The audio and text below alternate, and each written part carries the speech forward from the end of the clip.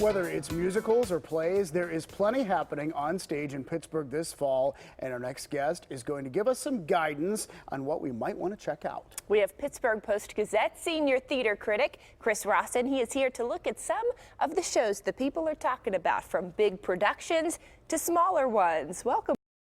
Not just on stage. The key to today is that they're all over the city: downtown, South Side, Braddock, the Hill District, the Pittsburgh Parks. Theater is everywhere. Which is really fun and unique to have a setting like that. That's right.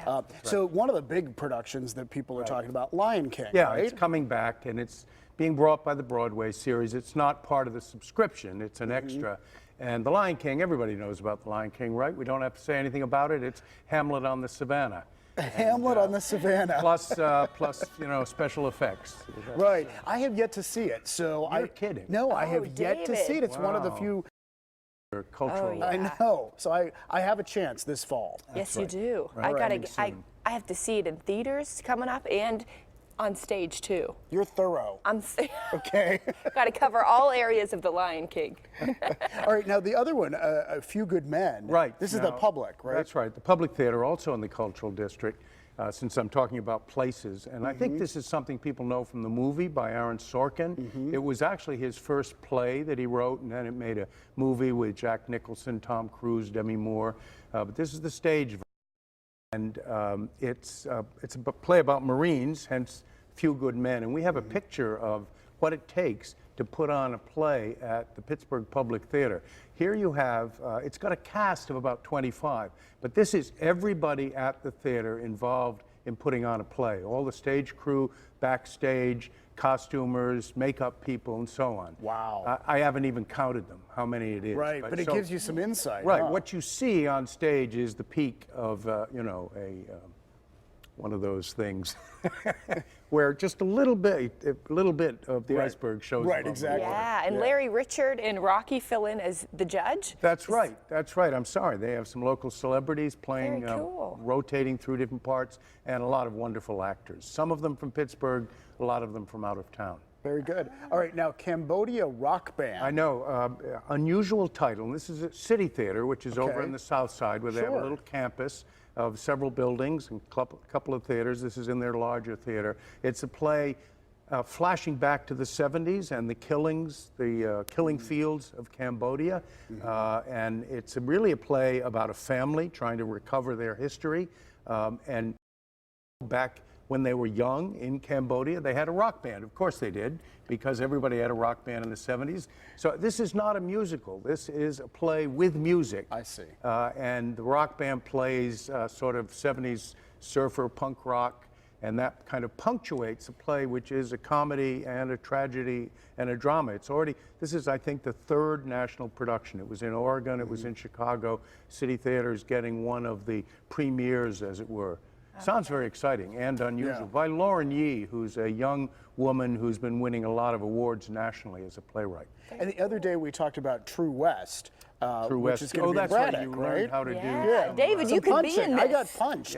Yeah. True West is a quintessential American play because it's about a couple of brothers out there in the West where the frontier is no longer. And it's about these two brothers of very different kinds, and of course their mom, and this being the West, then there's a Hollywood agent mixed in. It's a comedy, it's a drama, it's Sam Shepard. It's gritty. And it's in Braddock, talking about places, at Bare Bones Theater, small theater in Braddock. That's great. And we have all-female Julius Caesar as well. I know. Talk about places, by the way. So this is Pittsburgh Shakespeare in the Parks, plural, because they do it in different parks all around the city. So you have to watch out for the schedule and see which park it is. But the thing that's really unusual about this is all the parts are being played by women. This is, of course, the Shakespeare play that most people know because they got it in high school. Right. I don't want to press you, but you probably could come up with a quote from Julius Caesar. Something about Brutus. Or, yes, et tu, Brute, or friends, Romans, countrymen, or the fault, dear Brutus, lies not in ourselves, etc. And I love that it's outside in the park, because that's so So cool. you sit and you relax and you watch, you have fun.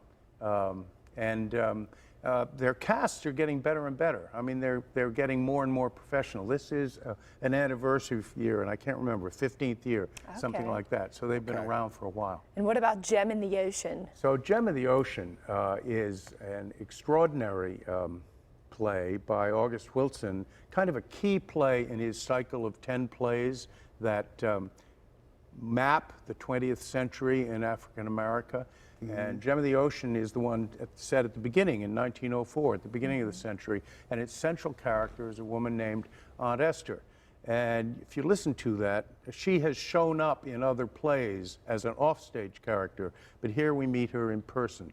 And you say the name Aunt Esther, ancestor. She is the ancestor of the community. Right. And they keep referring to her birth in 1619. 400th anniversary this year, and you probably know 1619 is the year that the first shipment of black slaves arrived in English North America. Right. So there's 400 years of African American history, and Aunt Esther sort of represents that, but the play is a wonderful melodrama about recent immigrants from the South and a strike at the steel mill. It's a very Pittsburgh play. And it's being done. And the play is outside. In a fabulous place. Yeah. It's being done on a hillside in the Hill District. The address is 1839 Wiley Avenue, which is the address used in the play as that's her so house. Cool. That is so cool. And we're going to have an interview. I think they're going to tell Yeah. you about why it's 1839 Wiley Avenue. Mikey Hood is going to be Right. live there coming up in just a Very little cool. bit. So we love it. Thank you, so Chris. much, Chris Rawson, senior theater critic, rather. Easy for me to say there for the Pittsburgh Post-Gazette. Thank you so much. Yeah, no more wine for me. We'll let you finish the rest.